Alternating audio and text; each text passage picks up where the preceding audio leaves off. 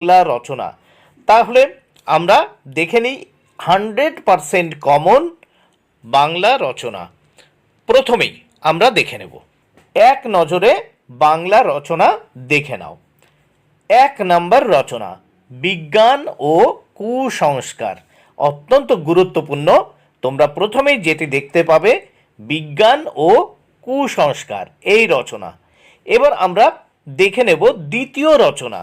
দ্বিতীয় রচনা দেখে নাও, বাংলার উৎসব। 2 নম্বর রচনা, বাংলার উৎসব, অত্যন্ত গুরুত্বপূর্ণ।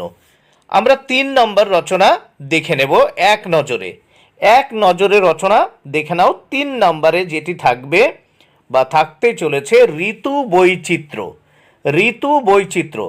তাহলে মাধ্যমিক সাজেশানে যে রচনা সাজেশন আমি দিলাম, এই 3টি রচনা তোমরা